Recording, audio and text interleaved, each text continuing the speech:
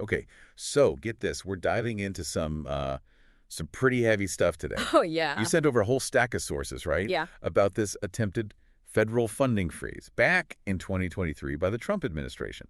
It's wild. It seems like it touches everything, It really does. from food stamps to student loans to even Meals on Wheels. Wow. Like, we've got a lot to unpack here. The Yeah. common thread seems to be federal aid programs, this funding freeze, and a whole bunch of legal challenges. It's 2025 now, but this was big news back then. Right, exactly. It wasn't just a blip. This was huge. And that's exactly why we're doing this deep dive, to help you understand what exactly went down, why it matters, and what the lasting impact might be.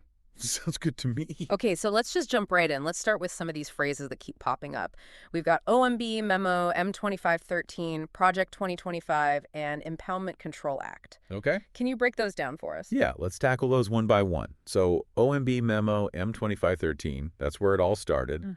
That memo, straight from the Office of Management and Budget, basically told federal agencies to hit the brakes on new grants and contracts. It was a big deal, So basically a government-wide spending freeze. basically. Wow. Why would they even attempt something like that? Well, the Trump administration framed it as fiscal responsibility. Okay. But a lot of people saw it as a way to force through their agenda of shrinking the federal government.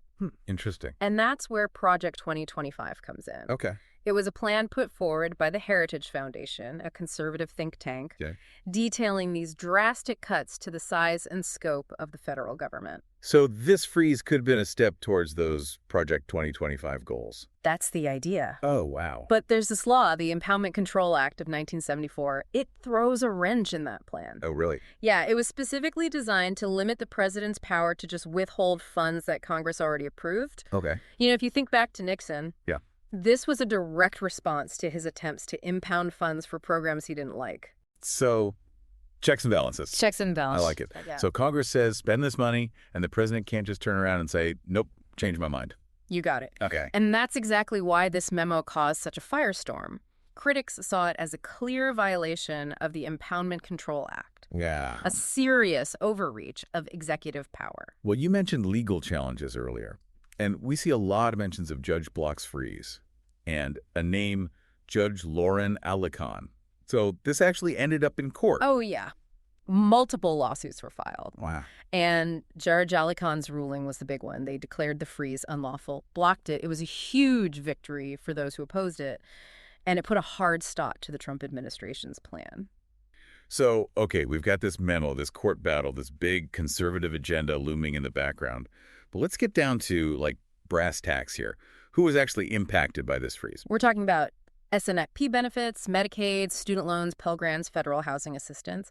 Everything was thrown into a state of uncertainty. So wait, so this wasn't just some, like, political chess match. Oh, no, no, no. We're talking about people potentially losing access to food, Absolutely. healthcare, education, housing, the essentials. Yeah, you're reading between the lines perfectly. And remember, these programs aren't just random government initiatives. They often serve the most vulnerable among us. Right. Families struggling to make ends meet, seniors who rely on Meals on Wheels, Oh, wow. people with disabilities who depend on Medicaid for health care.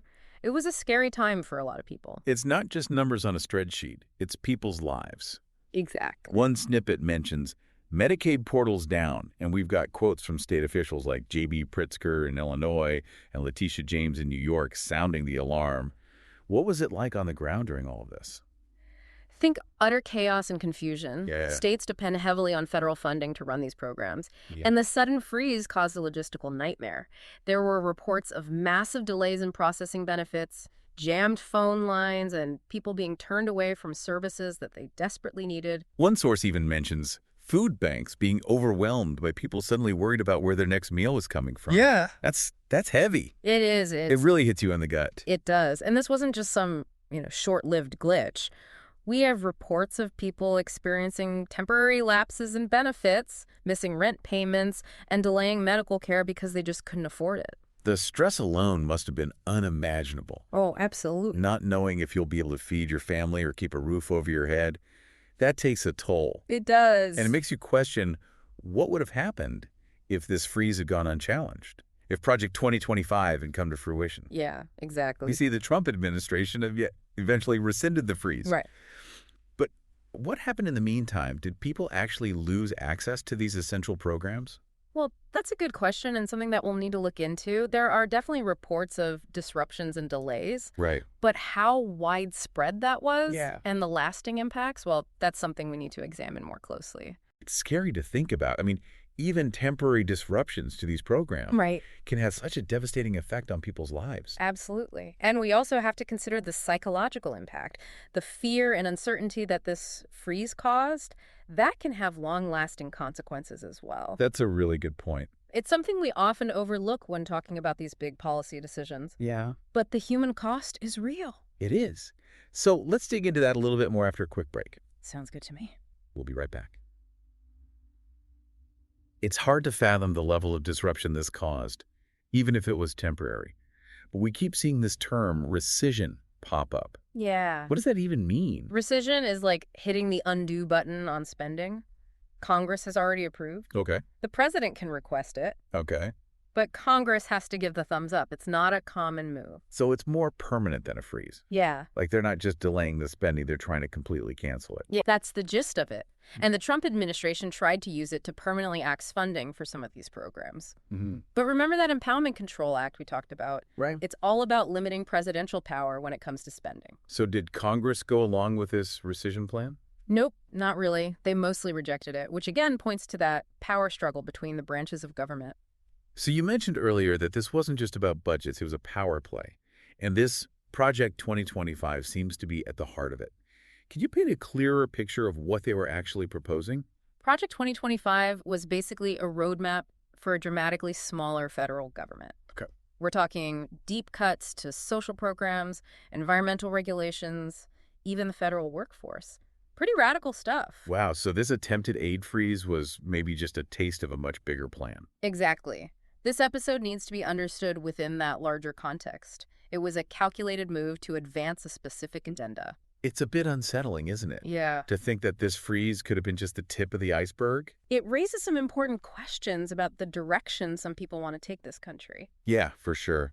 We've talked a lot about the politics, the legal battles, and the potential for, like, a completely different America.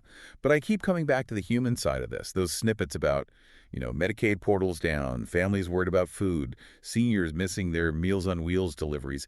It's easy to get lost in the big picture and forget about the real impact on people's lives. You're absolutely right. We can't lose sight of the fact that behind every policy decision, there are real people whose lives are affected.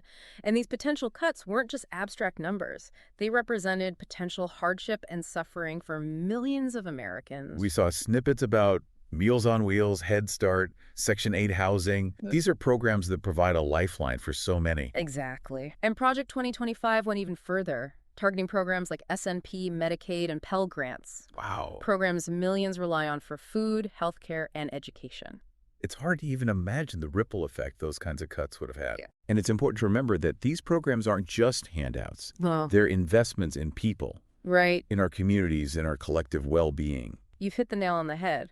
They're a safety net, preventing people from falling through the cracks. They represent the idea that we as a society have a responsibility to take care of each other. This episode makes you appreciate the role of the judiciary. Absolutely. Judge Alicorn stepping in, blocking the freeze. It was a crucial check on executive power. It absolutely was. This episode serves as a reminder that we can't take those checks and balances for granted. We also saw how this story played out in the media. Right. Snippets from conservative outlets praising the freeze as fiscally responsible, Right. while liberal outlets condemned it as an attack on the vulnerable. Yeah, it's a stark reminder of how differently these events can be framed and how important it is to be aware of potential biases. We Yeah. can't just passively consume information. We need to think critically about what we're reading and hearing. So as consumers of news, how can we make sure we're getting the full picture? Diversify your sources. Don't just stick to your usual outlets. Oh, yeah. Seek out different perspectives, Okay. both domestic and international. Don't be afraid to challenge your own assumptions and biases. It's about being an active participant in the information landscape, Yes. not just a passive recipient. Precisely. And remember, knowledge is power.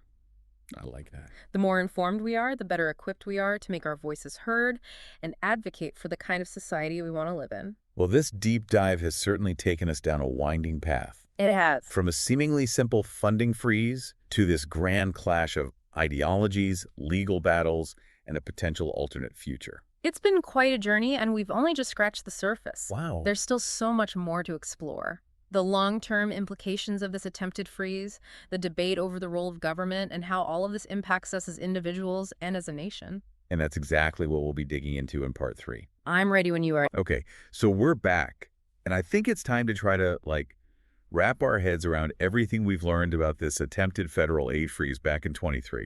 We've really gone deep here.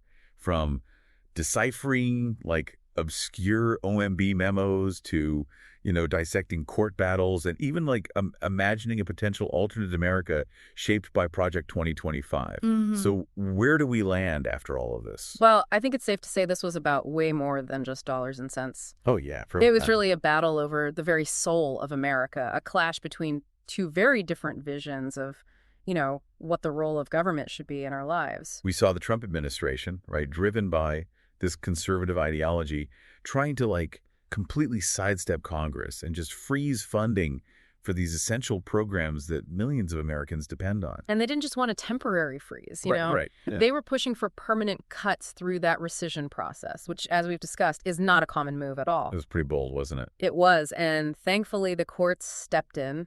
Judge Alicon's ruling was a powerful reminder that even the president, is not above the law. It is a relief. It is. That those checks and balances worked the way they were supposed to. Absolutely. And it, reaffirms the importance of an independent judiciary. Think about it.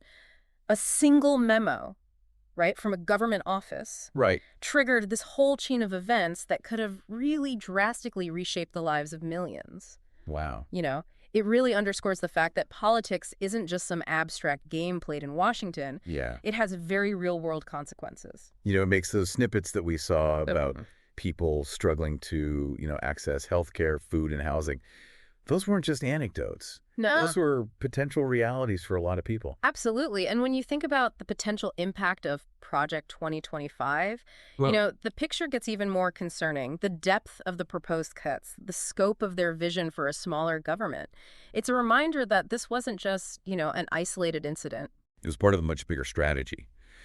And it's a reminder, I think, that we can't get complacent. We have to stay informed, stay engaged. I couldn't agree more. This whole deep dive, it raises some really fundamental questions for all of us, right? Yeah. What kind of society do we want to live in? What's the government's responsibility to its citizens? And what role do we as individuals play in shaping the future? We saw, how the story played out in the media, right? Each outlet with their own spin. Oh, yeah. It really highlights the need for, media literacy. Absolutely. We can't just accept blindly what we read or hear, right? Yeah. We have to evaluate the information critically, consider the source, seek out diverse perspectives. You got it.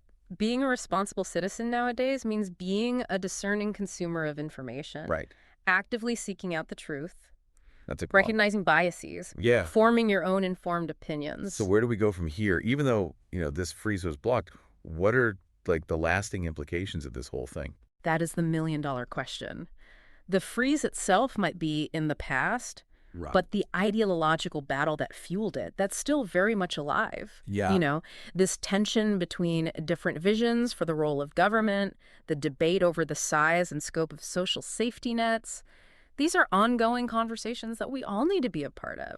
It feels like we're at a crossroads. The choices we make today, perhaps the actions we take, the conversations we have, they're going to shape the America of tomorrow. And that's both a challenge and an opportunity. Yeah. We can't just be passive observers. We got to be active participants. Informed citizens engaged in the issues that matter most. Well, I think that's the perfect note to end on. This deep dive has been quite a journey, but hopefully it's equipped you with the knowledge and, the context to really grapple with these complex questions and to make your own informed decisions. Remember, knowledge is power. The more informed we are, the better equipped we are to make our voices heard and advocate for the world we want to live in. Couldn't have said it better myself. Thank you so much for joining us on this deep dive. We hope you found it insightful, thought-provoking, and, most importantly, we hope it inspires you to stay curious, stay engaged, and never stop questioning. Today is your lucky day. Today is the day that our $3 website works for you, paying you directly to your PayPal daily. Imagine $3 ongoing continuous payments to your PayPal account. Imagine falling asleep and waking up to $300 in your PayPal account. How would this make you feel? How could this help you? What bills could you pay? What kind of fun could you have? What does that retirement look like now? All for a one-time payment of $3. This website is DFY done for you, fully built and completely hosted, and never stops collecting payments for you. You have spent $3 on coffee on a regular, but that coffee won't help you create multiple streams of income. Click the link below.